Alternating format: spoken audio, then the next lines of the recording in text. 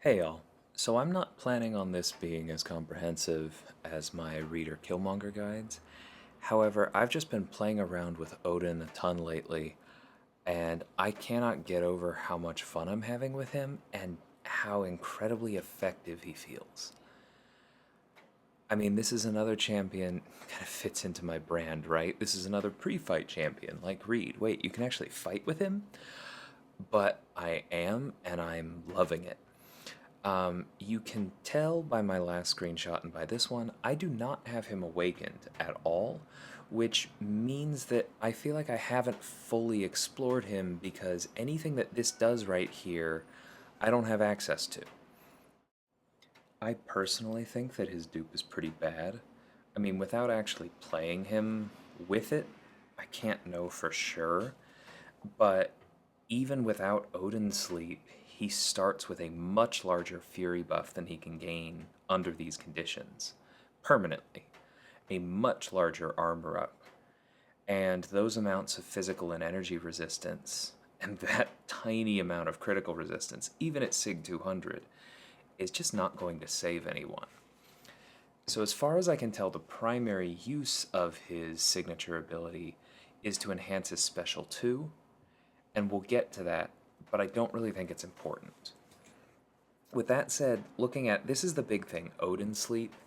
Before he was updated, a lot of people were really disappointed with him because they're like, well, that's silly that you use a champion, then he doesn't work for the next one. But luckily they updated that, and now all the Odin Sleep gives you is an aptitude buff. Now, it's a helpful aptitude buff, don't get me wrong, but it's not necessary. There will be a few fights in here where I don't have it, and while you can notice the difference, he still feels like a complete champion without it, and I think that's really important. Taking a look at the Odin Force here, basically what this means is just that you need to pay attention to opportunities to knock the opponent down and how often you do. The primary way that you're going to knock an opponent down is often going to be with your heavy if you want to set up these Odin Force bonus effects for your specials. But in my testing so far, I found that his heavy has a pretty solid reach. And so I don't really struggle for openings for it, even against stun immune opponents. And so I feel like this is a fairly flexible part of his kit, whereas when you first read it, it seems like something that you're going to have to worry about. So on his heavy attacks, you see how he gets an energized buff, and this is actually the one drawback. Like I said, you have to pay attention to how much you knock down the opponent, and that's because his heavy attack can also consume the Odin Force.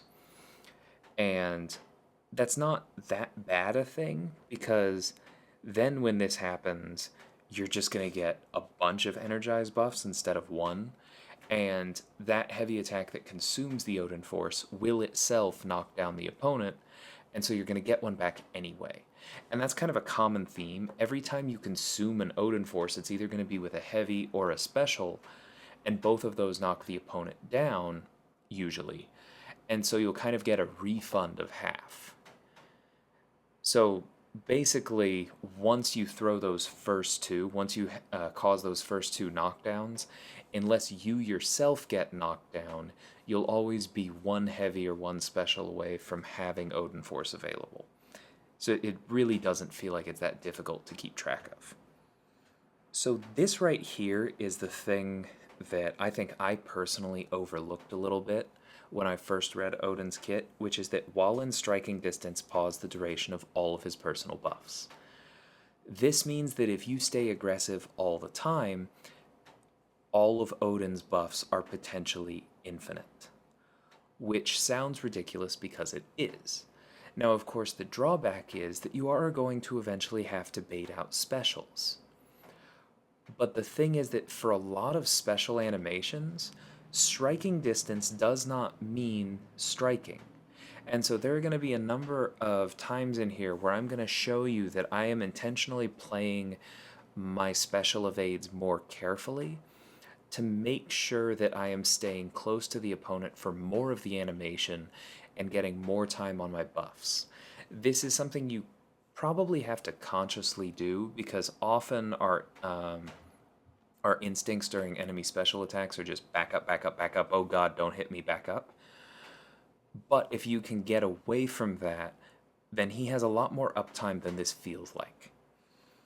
And then, like it says, unless it gets nullified or unless you get armor broken, which is kind of a nullify, then you're always going to have these huge Fury and armor up stacks right here. And that Fury actually gives him more attack than he has in his base kit. So if you don't get nullified, it means you're walking around at all times with basically 6,000 base attack. And that really comes in handy.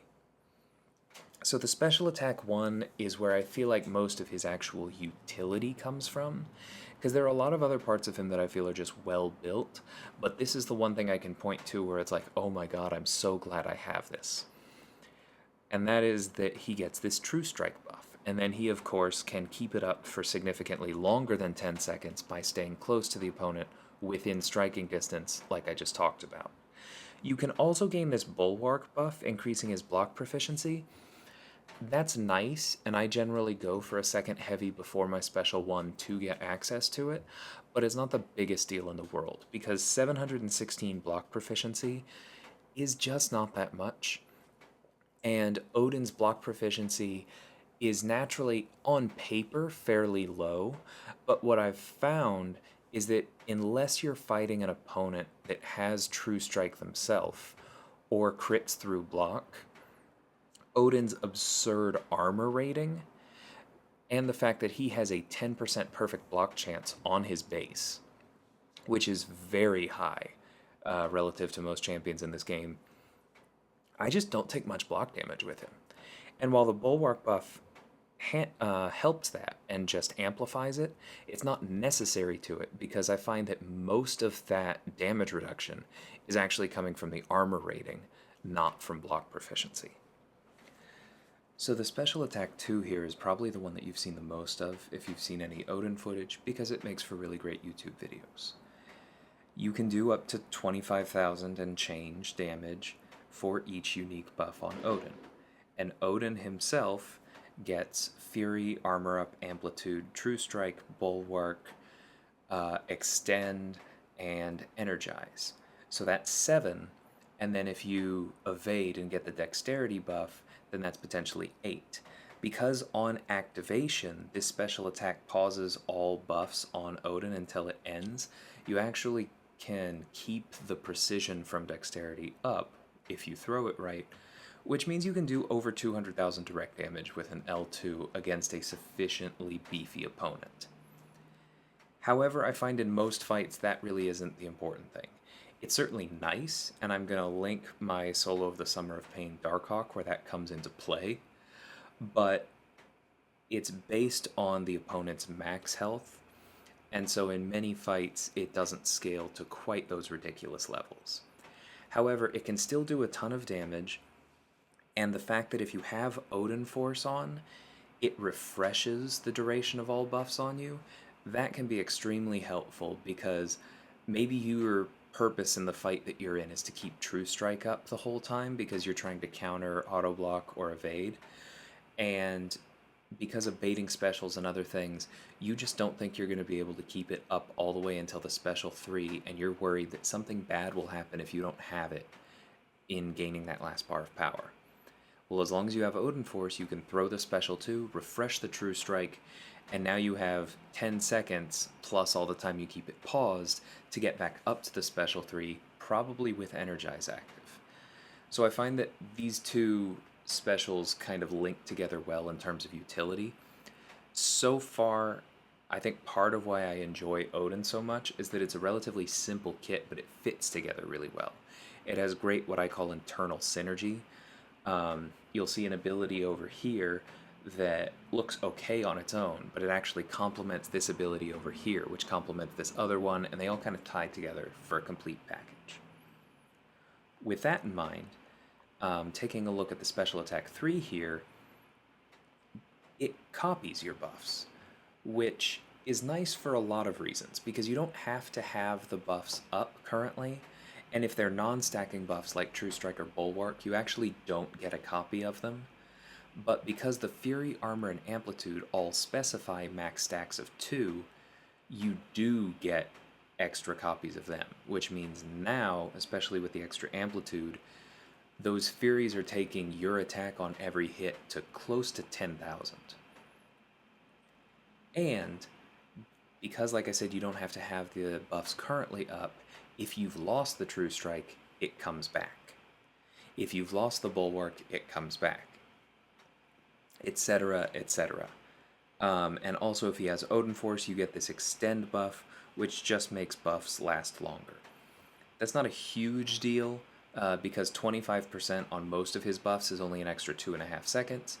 But if that's 2.5 seconds that allows you to get back in striking distance and to pause a buff, and then allows you to land a full combo, which gives you enough power to get up to another special 1 or maybe a special 2, and either refresh your True Strike naturally if that's what you're going for, or get to the special 2 and refresh all your buffs, or if maybe the Extend buff is just what you're hoping to have that up when you get back to your special 2 so that you can do extra damage using it, it helps all of those things. Like I said, no matter what your goal is in the fight, as long as it's a fight that Odin should be taking, this Extend buff is going to help you out.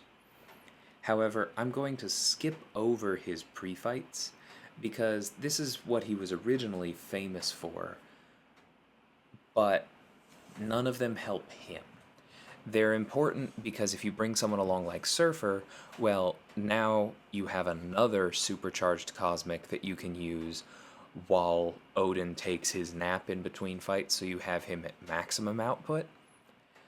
But like I said earlier, you don't necessarily need to do that if you don't have one of those, and it doesn't really affect how Odin works. So I'm going to skip over that for now, and I'm going to skip over synergies as well, because kind of like Professor X or White Magneto or some other champions like that, most of his synergies are kind of outward facing and don't help him that much, at least in my testing.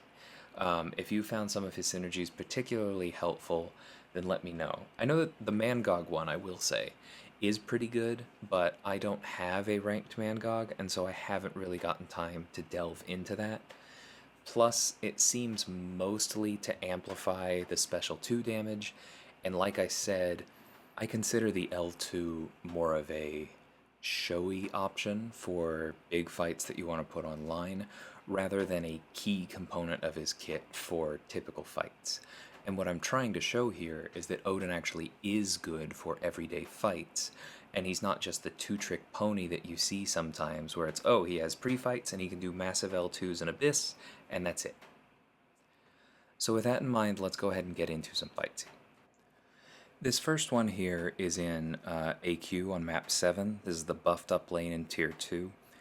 This was one of the first places I actually started using Odin because his utility for it is just so obvious, right? He has 3 buffs, and even if he doesn't have Odin Sleep, all you have to do is land a heavy, and now he has 3 buffs. And notice, like I said, his heavy has a really solid reach. It does energy damage, so Ultron is regenning a fair amount of it, but it still means we're able to land it, so we were able to get the Bulwark as well as the True Strike up. And now that we have True Strike, Ultron's armor up doesn't matter, Ultron's evade doesn't matter, you saw evade failed there, and we can stay hyper aggressive. Ultron does have Limber, which is the main reason that I'm not just parrying everything. Notice how little damage I'm taking on block, and how many of those were perfect blocks.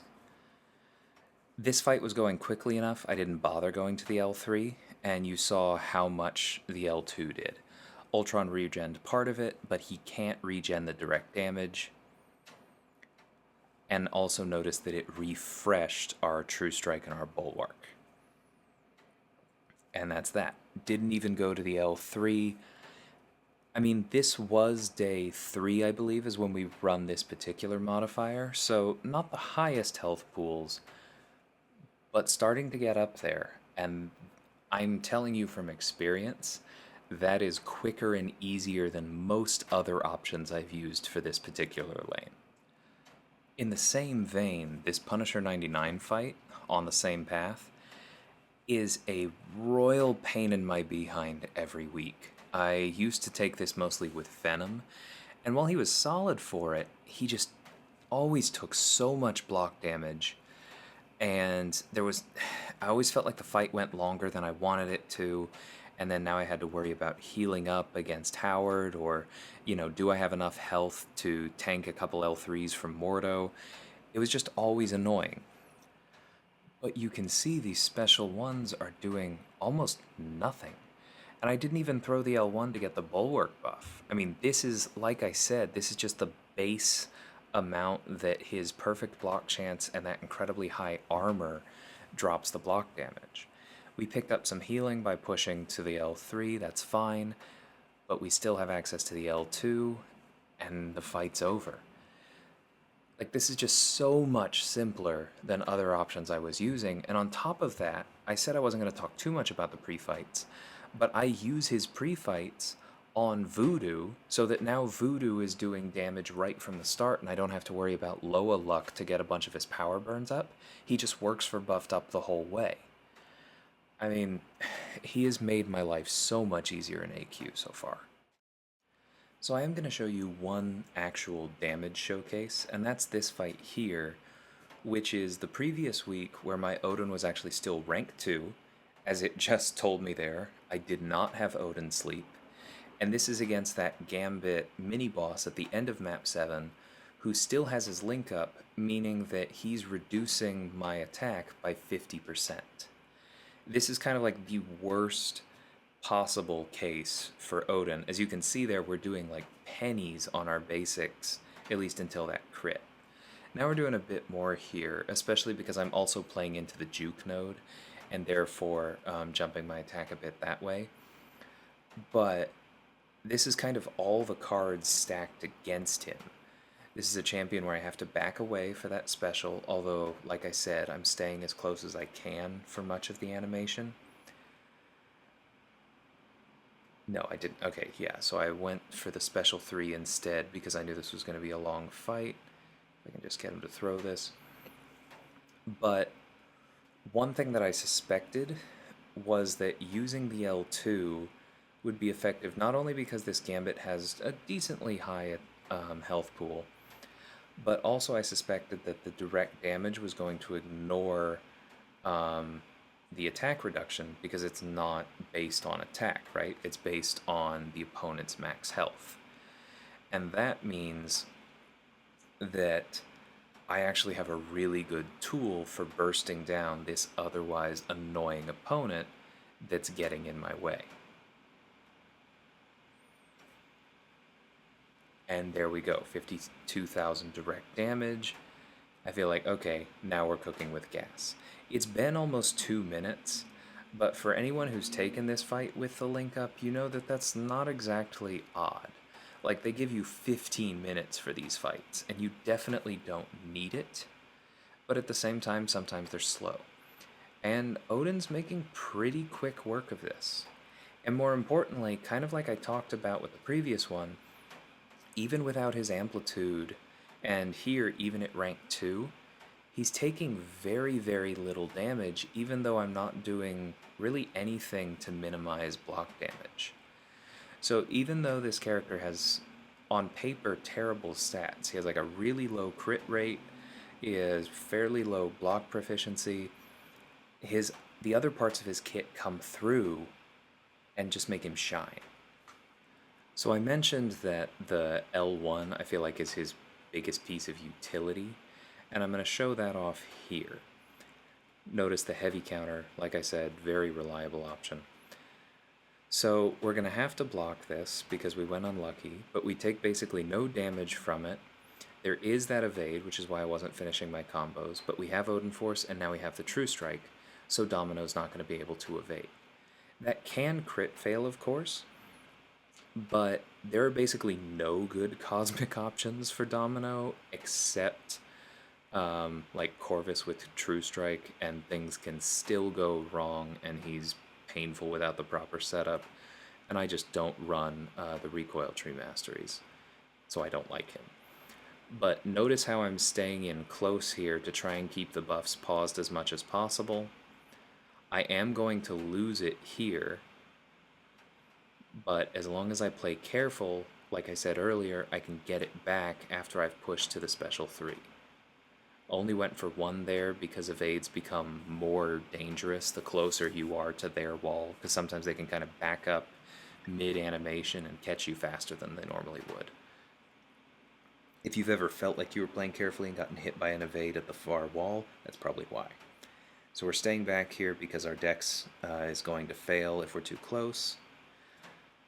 But that extend buff kept all of our stuff up. We have the True Strike back. We're going to go ahead and just block that. I didn't even parry it, only 289 damage. And then the fight's over. So I'm not saying that Odin is the first person I'm going to reach for when I see a Domino, but since the global here was kind of a pseudo buffed up, and there aren't many great counters to her that just start out of the gate with a bunch of buffs, I was pleasantly surprised by how easy this was. Now the CavEQ global is helping us out here a bit, but most of that is still Odin staying in, staying aggressive, even against a tricky opponent, keeping that True Strike up, and even without crits or anything fancy, just doing a lot of reliable damage, while reliably reducing the amount of damage the opponent does, and coming out looking rosy.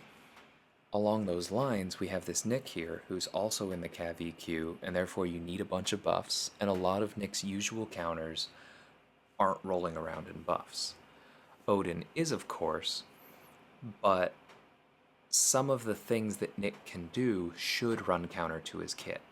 He can go unblockable, that special one creates a ton of distance. All of those things should interfere with Odin's ability to stay close and keep his buffs up and paused, right? And similarly, this node here is reducing block proficiency every time I block a hit, and Odin doesn't have great block proficiency, so that damage should really start to add up, right? Except what I already talked about was that Odin's block damage mitigation doesn't actually come from block proficiency. It comes from his armor. And because Nick can't crit through a block, the armor is still allowing Odin to shrug most of that damage, even though his block proficiency isn't. So now we're fully set up. We threw the L3, did a nice big chunk of damage. We have even more armor. We have more Furies. I mean, we're doing plenty of damage, but that's not even the real thing. It's just that we're staying so in control. Now, the node does have him go unblockable every 10 blocked hits, so after we block the next one, we're going to have to dodge out to avoid getting hit. See, there it is. But otherwise, I'm blocking pretty much as I can, because I'm trying to keep him from throwing his special one. And there you go. Baited out a heavy, countered it in the middle of it. Again, I really love his heavy animation, and it's done. I'm just continually impressed by how well he does on fights that should mess with his kit. Like, that's a high block damage champion that you normally stay away from, and he's able to stay in close, take very little damage, and dish out enough to take Nick down before he becomes a problem. Big fan. Alright, so last fight. Here is the Hercules boss at the end of CavEQ, where he has extra ways to gain strength, and so basically you're going to treat him as stun immune the entire time, and you're not even going to want to parry too much, because when he is immune to stun and you try to stun him, he's going to gain power, and then he's just going to back you up. It's not a good time. But I have taken this fight with a few other people, and I've noticed that one of the things that makes it annoying is when Hercules builds strength, he does a lot of extra damage into your block, kind of like Red Hulk. But for the reasons that I just talked about with Odin's armor, he's going to take a lot less. And then you're also going to be healing from that Infuriate, which of course drops your own offensive ability accuracy, but Odin doesn't rely on, you know, placing debuffs or anything like that, so there's not a whole lot that he has to worry about in terms of offensive ability accuracy. And you'll notice again, I didn't need to land all those heavies. Part of that was kind of practicing, honestly.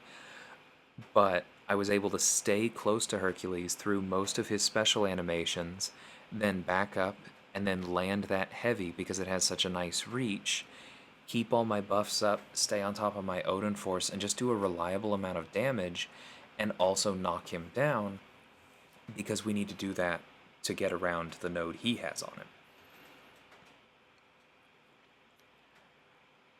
So now we're set up fully. We have the L3, we have basically all of our buffs. They are ticking down, and we're going to want to knock him down again. But here, notice the L2 itself does very little, but it still does the 57,000 direct damage. Because that, I believe, ignores the protection, and if it doesn't, it at least applies after the protection is removed by knocking him down. So because we had Odin Force up for that special too, and therefore we refreshed all of our buffs, we don't have to worry about them falling off. We're just going to throw another one of these, and now we're into his immortality. He's unblockable, so we're not even going to take the low block damage that we could.